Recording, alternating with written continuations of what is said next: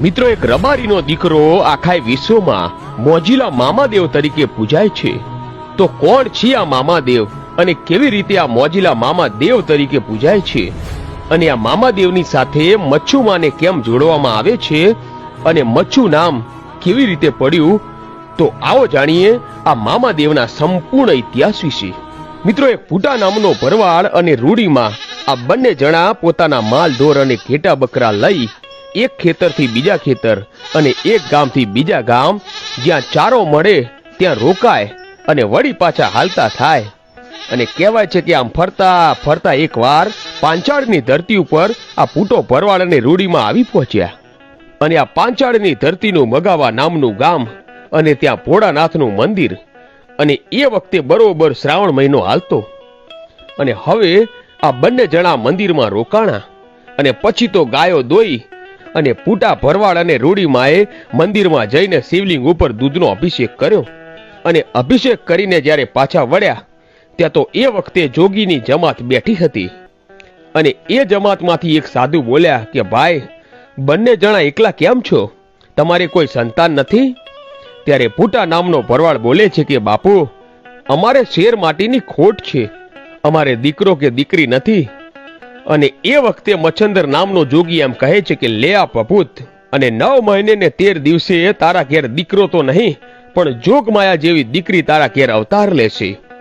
અને કહેવાય છે કે પૂટો ભરવાડ અને રૂડીમાં ત્યાંથી ભભૂતિ લઈને નીકળી ગયા અને ફરતા ફરતા મોરબીમાં આવે છે.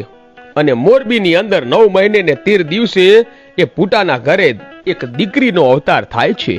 અને કહેવાય છે કે મચ્છંદર નામના જોગી આ દીકરી આપી હોવાથી એનું નામ મચ્છુ રાખવામાં આવ્યું.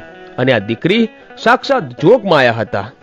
હવે એ વખતે એક રબારીનો દીકરો પુનિયો એમનું નામ અને આલ એમની અટક. અને એ વખતે આ રબારીના દીકરા પુનિયાને ખબર પડી કે મચ્છુમાં છે એ સાક્ષાત જગદંબા છે, એટલે એ વારે વારે અમને પગે લાગે અને માં કહીને બોલાવે.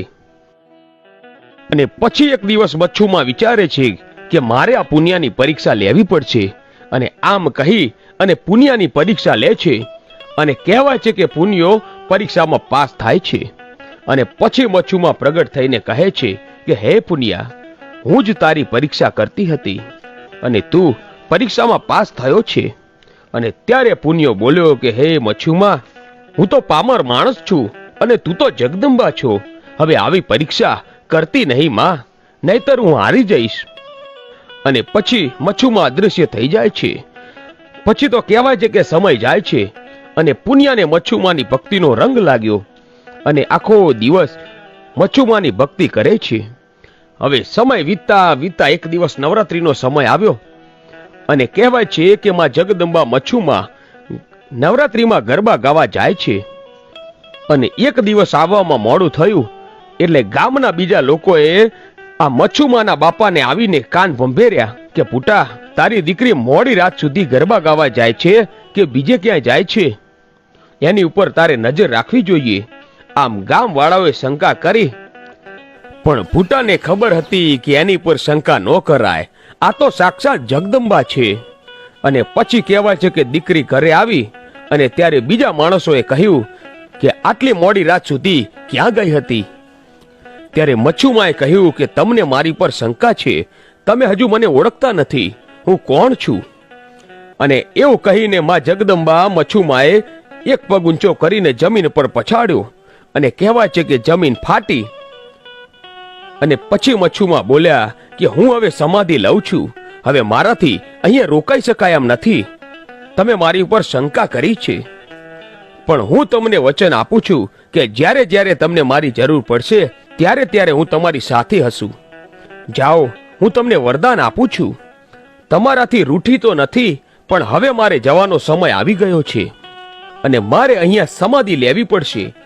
અને એ વખતે જે પુનિયો રબારી છે એ મચ્છુમાને કહે છે કે માં, મને પણ તમારી સાથે લેતા જાઓ, તમારી વગર આ દુનિયા કઈ કામની નથી, મને પણ તમારી સાથે સમાધિ આપી દો માં.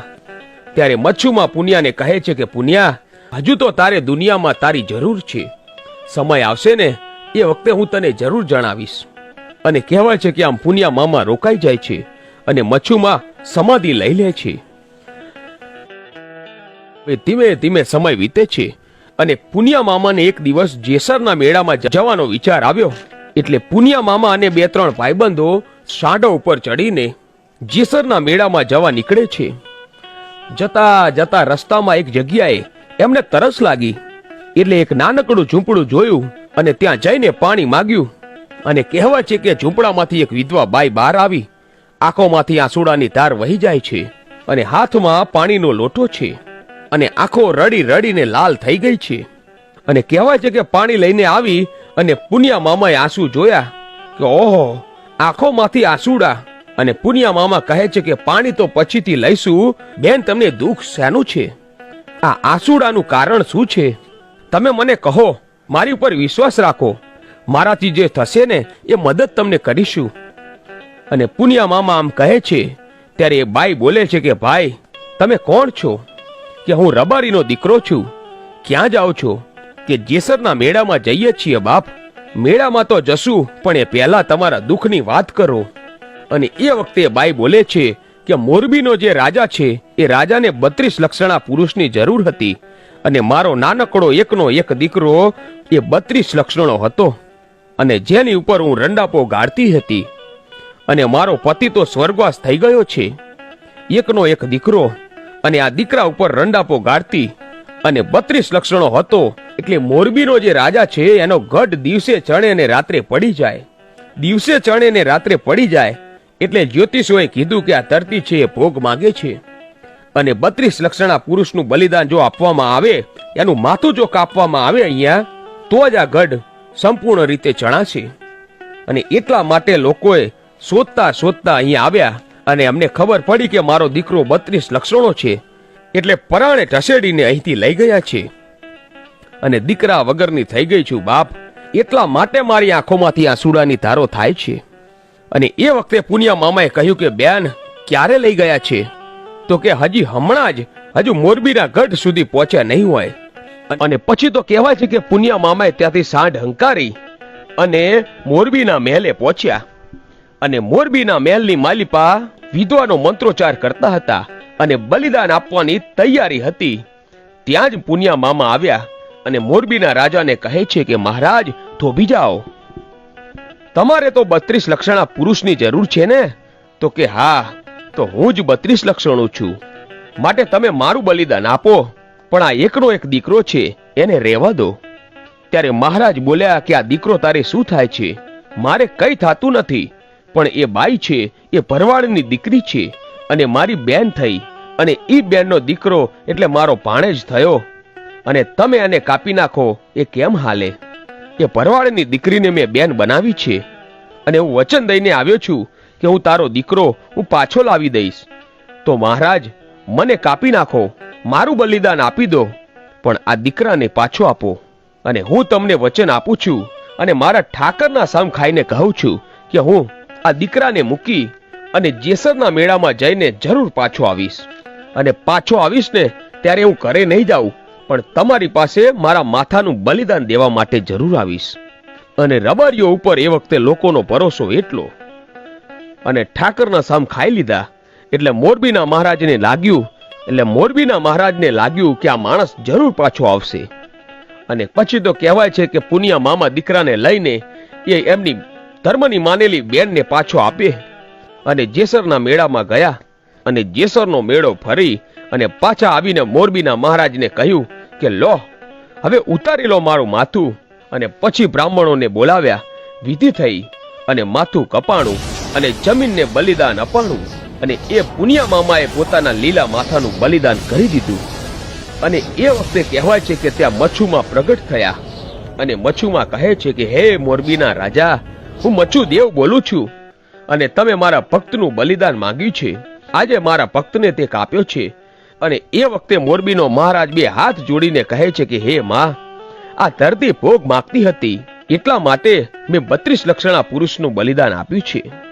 ત્યારે મચ્છુમાં બોલે છે કે તારી જે જગ્યાએ દિવાલ પડી જાય છે ને ત્યાં એક કોઠી બનાવ અને કોઠીમાં મારું મંદિર બનાવજે. અને તારો ગઢનો એક કાંગરો પણ પડવા દઉં ને તો મારું નામ મચ્છુ નહીં. અને પછી કહેવાય છે કે મચ્છુમાએ પુનિયા મામાને કહ્યું તે ભરવાડની દીકરીનો દીકરો બચાવ્યો છે અને એના માટે તે તારા માથાનું બલિદાન આપ્યું. એટલે હવે ભરવાડને અને રબારીને મામા ભાણેજનો સંબંધ થઈ ગયો છે. અને એટલું જ નહીં, આખી દુનિયા તને મામા દેવ તરીકે પૂછશે. જા, હું તને આશીર્વાદ આપું છું. અને આઈ મચ્છુમાએ આશીર્વાદ આપી દીધા. અને હવે મારે વાત કરવી છે કે પૂન મામા દેવ હતા એ કોણ અને એમનો પૂર્વ જન્મ કયો હતો. ભગવાન ભોળાનાથના સસરા પ્રજાપતિ દક્ષે એક યજ્ઞનું આયોજન કર્યું. આ યજ્ઞમાં તમામ દેવી દેવતાઓ બ્રહ્મા અને વિષ્ણુને આમંત્રિત કર્યા, પરંતુ તેમના પુત્રી સતી અને ભગવાન ભોળાનાથને આ યજ્ઞમાં ન બોલાવ્યા. તેથી સતીને આ વાતનું ખોટું લાગતા તેઓ આ યજ્ઞમાં પોતાને હોમી નાખી સળગી ગયા. ત્યારબાદ ક્રોધે ભરાયેલા ભગવાન શંકરે તેમની જટાની એક લટ તોડી જમીન પર નાખી અને તેમાંથી વીરભદ્રની ઉત્પત્તિ થઈ. અને પછી ત્યારબાદ સળગી ગયેલા સતીના શબને લઈને ભગવાન શંકરે તાંડવ નૃત્ય કર્યું. ત્યારે ભગવાન વિષ્ણુએ તેમના સુદર્શન ચક્ર વડે તે શબના 51 ટુકડા કર્યા. તે 51 ટુકડા ધરતી પર પડ્યા.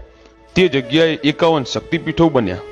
ત્યારબાદ માતા સતીએ હિમાલયના ઘરે અવતાર લીધો અને તપ કરી ભગવાન શંકરને પ્રસન્ન કરી તેમની સાથે વિવાહ કર્યા.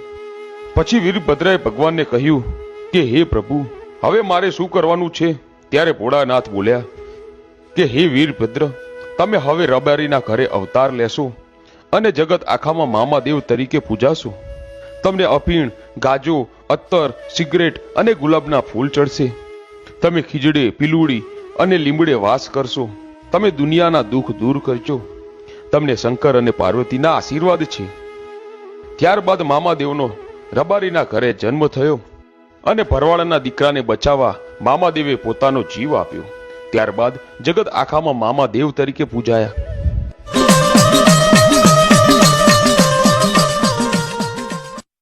જય મામાદેવ. તો મિત્રો, આવા જ વિડીયો જોવા માટે આજે જ અમારી આ ચેનલ A1 ગુજરાતીને સબસ્ક્રાઇબ કરો. ધન્યવાદ.